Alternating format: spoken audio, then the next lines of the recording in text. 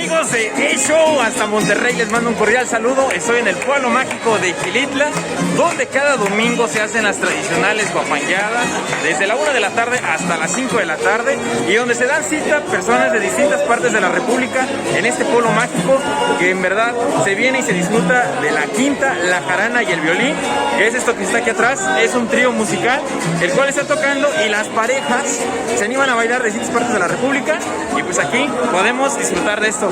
Amigos en el estudio, amigo Ernesto, espero pronto vengan a zapatear la tarima. En estos momentos pues no está la tarima puesta, pero aquí se disfruta de esto que es la bonita música de la Huasteca Potosina. Estamos en Xilitla, pueblo mágico, y aquí es la tierra del querreque.